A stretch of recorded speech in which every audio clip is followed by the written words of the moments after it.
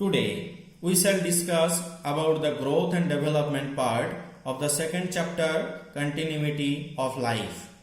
In this chapter we shall learn about concept of growth and development, their definition, the relation between the growth and development, the differences between the two, the phases of growth and the phases of human development, and the characteristic features of every phases of human development.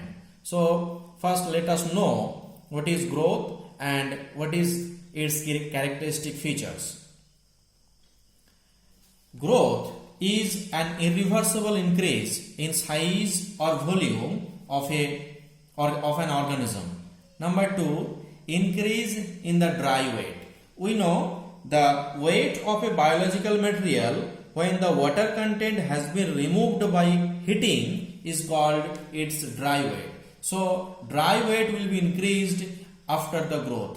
Number 3, increased rate of anabolism then catabolism. We know there are two types of metabolism in biological organisms. In case of anabolism, the simpler substances get converted into complex molecules, example nutrition, and the catabolism is the complex molecule will be converted into simpler molecule, example respiration and excretion, which already we know in previous classes. Then the anabolism will be greater than catabolism, then only the dry weight will increase in case of organisms and the growth will happen. Number 4, increased number of cells permanently. That means the number of cells of that organisms will be increased, and it is the quantitative change. So it is not qualitative but quantitative change of an organism. Next, what is development? Development is the collective changes including growth and other transformation which occur continuously since formation of a zygote until the death of any organism. So আমরা যদি দেখি যে কোন জীব জন্মগ্রহণের পর থেকে আস্তে আস্তে তার বিভিন্ন দশার মাধ্যমে সে আস্তে আস্তে পরিণতিতে পৌঁছায় এবং একটা সময় সে বার্ধক্যের পর আবার মারা যায়। এই যে টোটাল একটা জীবের যে লাইফ স্প্যান, সেই লাইফ স্প্যানটার প্রথমে যখন একটা ইউনিসেলুলার স্ট্রাকচার তৈরি হয় জাইগোটের, সেই জাইগোটটা এককোষী জাইগোটটা ইউনিসেলুলার স্ট্রাকচারটা মাল্টিপল টাইমস মাইটোসিসের মাধ্যমে ডিভিশনের মাধ্যমে মাল্টিসেলুলার একটা স্ট্রাকচারে আসে, যেমন মরুলা, ব্লাস্টুলা, গ্যাস্টুলা, এই সমস্ত স্টেজগুলোর মধ্যে দিয়ে সে আস্তে আস্তে মাতৃগর্ভে বড় হয়ে উঠতে থাকে।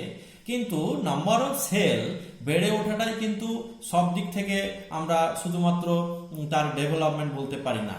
তার কারণ আস্তে আস্তে যখন তার সেলগুলো বেড়ে উঠতে থাকে তখন সেই সেলগুলো তারা বিভিন্ন রকম ভাবে নিজেরা ক্যারেক্টারাইজড হয়, অর্থাৎ এটা যদি অ্যানিমেল হয় তাহলে কোনটা চোখের কোষ, কোনটা ব্রেন সেল, কোনটা লিভার সেল, কোনটা স্কিন সেল, কোনটা আদার সেলস তৈরি করবে, সেগুলো কিন্তু আস্তে আস্তে ডিটারমাইন্ড হয়। টোটাল এই প্রসিডিওরটা অর্থাৎ cell growth, cell enlargement and cell differentiation, এই টোটাল জিনিসটা হবার পরে যখন স্পেশালাইজড সেলস তৈরি হয়, তারপরে অর্গান তৈরি হয়। অর্গান তৈরি হওয়ার পরে আমরা দেখব যে বিভিন্ন টিস্যু সিস্টেম, অর্গান সিস্টেম ইত্যাদি সব তৈরি হয় এবং কমপ্লিট যখন সেই অর্গানিজমটা যখন জন্মায়, তারপরে তার বিভিন্ন ধরনের সাইকোলজিক্যাল তার বিভিন্ন রকম ডেভেলপমেন্ট হয়।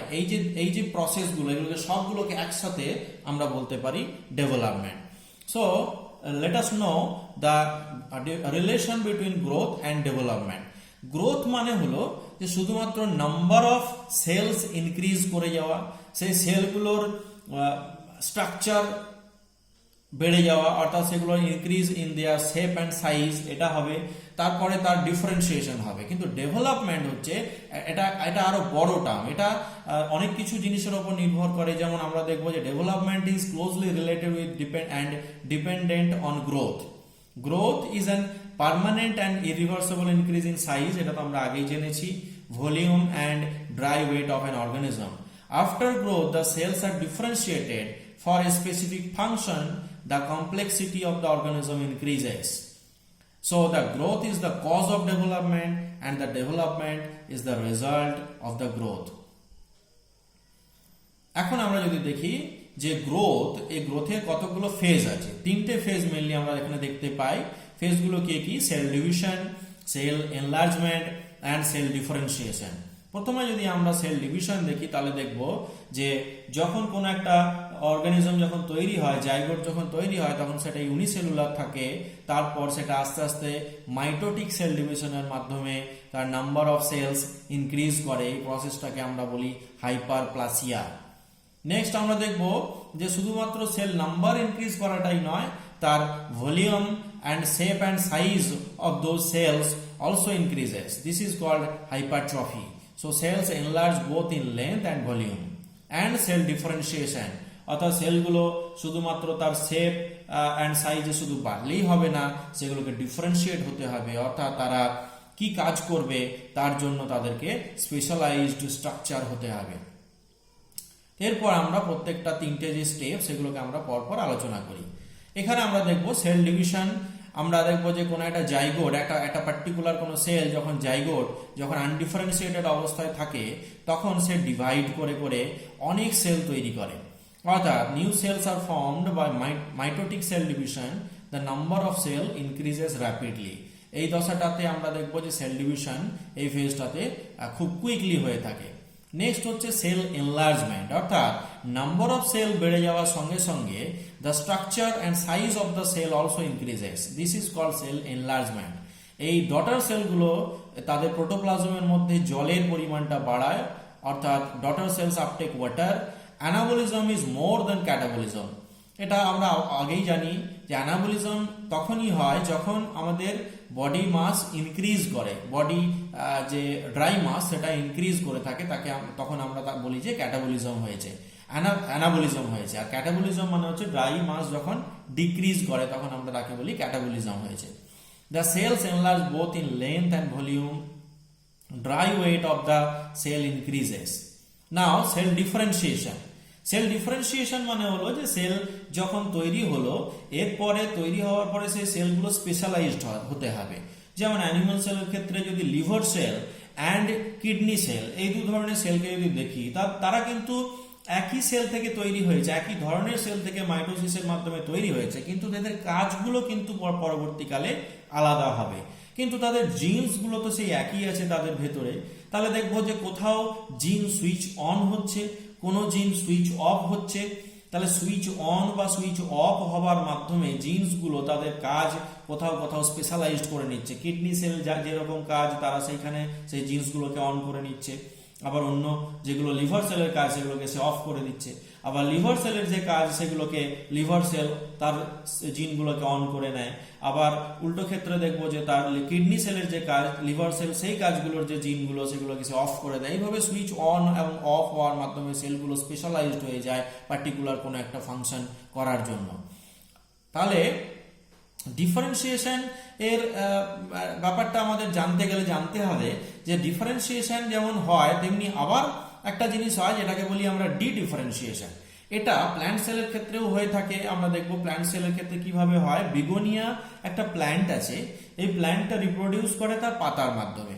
তাহলে যখন আনডিফারেন্সিয়েটেড সেল যখন কোনো একটা ডিফারেন্সিয়েশন হয়ে যাওয়ার পর পাতার তৈরি করলো, লিফ তৈরি করলো, এই লিফ সেলগুলো পরবর্তীকালে সেটা আবার ব্যাক করে আসে আনডিফারেন্সিয়েটেড অবস্থায়।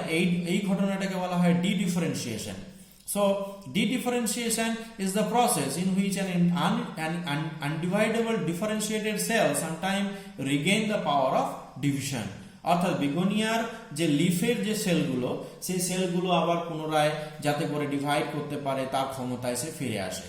আর রিডিফারেন্সিয়েশন মানে হচ্ছে যে ওই যখন ডিডিফারেন্সিয়েটেড সেলগুলো পুনরায় আবার অন্য একটা সেল তৈরি করবে তখন তাকে বলা হচ্ছে রিডিফারেন্সিয়েশন। ধরো বিগোনিয়া গাছের পাতা, সেই পাতা থেকে সে পুরো একটা টোটাল প্ল্যান্ট তৈরি করবে, এই ঘটনাটাকে আমরা টোটিপোটেন্সি বলে থাকি। যখন পার্টিকুলার কোনো একটা সেল সব ধরনের সেল তৈরি করতে পারে তাকে আমরা টোটিপোটেন্সি বলে থাকি। তো যখন ডিডিফারেন্সিয়েটেড সেল আবার সেখান থেকে রুটের সেল, স্টেমের সেলগুলো তৈরি করবে, সেই প্রসেসটাকে আমরা রিডিফারেন্সিয়েশন বলে থাকি। টোটালি প্রসিডিওরটাকে আমি তোমাদের এক্সাম্পলের মাধ্যমে বলতে পারি। ধরো তোমরা এখন ক্লাস 10-এ পড়ছো, এখন তোমাদের মধ্যে পোটেন্সি আছে আর্টস নিয়ে পড়ার, কমার্স নিয়ে পড়ার অ্যান্ড সায়েন্স নিয়ে পড়ার বা অন্যান্য টেকনিক্যাল লাইনে যাওয়ার তোমাদের পোটেন্সি রয়েছে। এবার ধরো তোমরা এখন হচ্ছে আনডিফারেন্সিয়েটেড সেলের মতো, অর্থাৎ তোমরা যে কোনো দিকে চাইলে যেতে পারবে।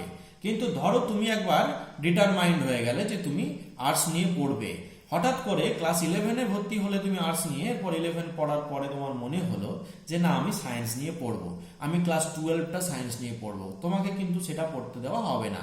তোমাকে কি করতে হবে না, আবার ব্যাকে সেই ক্লাস 10-এর জায়গায় ফিরে এসে তোমাকে আবার রিঅ্যাডমিশন নিতে হবে সায়েন্সের ক্লাসে, তোমাকে আবার 11 পড়তে হবে, দেন তারপরে তোমাকে 12 পড়তে হবে। তাহলে তুমি প্রথমে যখন ক্লাস 10-এ পড়ছো, এখন তুমি তোমার ক্ষমতা আছে সব ধরনের লাইনে যাবার জন্য, সেই জন্য তোমার মধ্যে একটা টোটিপোটেন্সি রয়েছে। এবারে যখন তুমি আর্টস নিয়ে পড়ছো, তুমি একটা ডিটারমাইন্ড হয়ে গেছো, এটাকে বলা হচ্ছে ডিফারেন্সিয়েশন।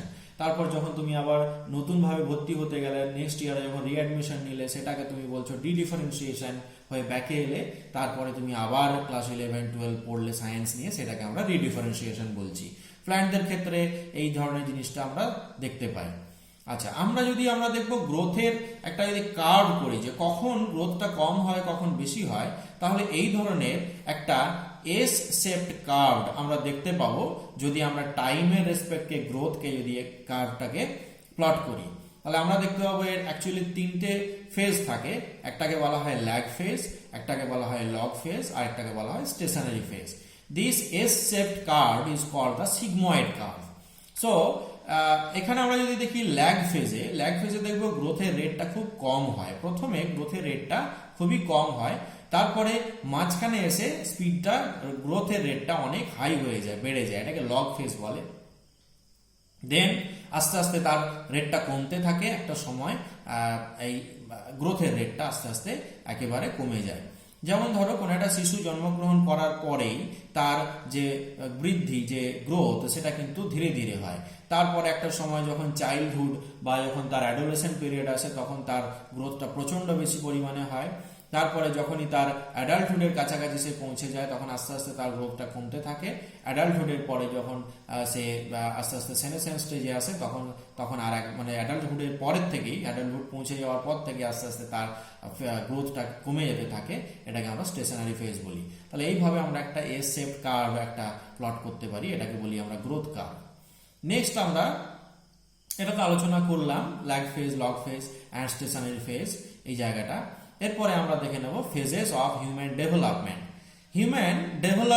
ডেভেলপমেন্ট কথাটা আমরা আগেই পড়েছি যে এটা হচ্ছে টোটাল চেঞ্জেস। যেমন ধরো আমরা বড় হয়ে উঠছি, বড় হয়ে ওঠার সঙ্গে সঙ্গে যখন আমরা জন্মগ্রহণ করলাম, তার আগে যখন মাতৃগর্ভে ছিলাম, তখন মাতৃগর্ভে বড় হয়ে ওঠার সময় আস্তে আস্তে আমাদের বডি পার্টস গুলো তৈরি হয়েছে কিভাবে না, প্রথমে জাইগোট, এককোষী জাইগোট থেকে আস্তে আস্তে সেল ডিভাইড করতে করতে আমরা মাল্টি সেলুলার অর্গানিজম হয়েছি।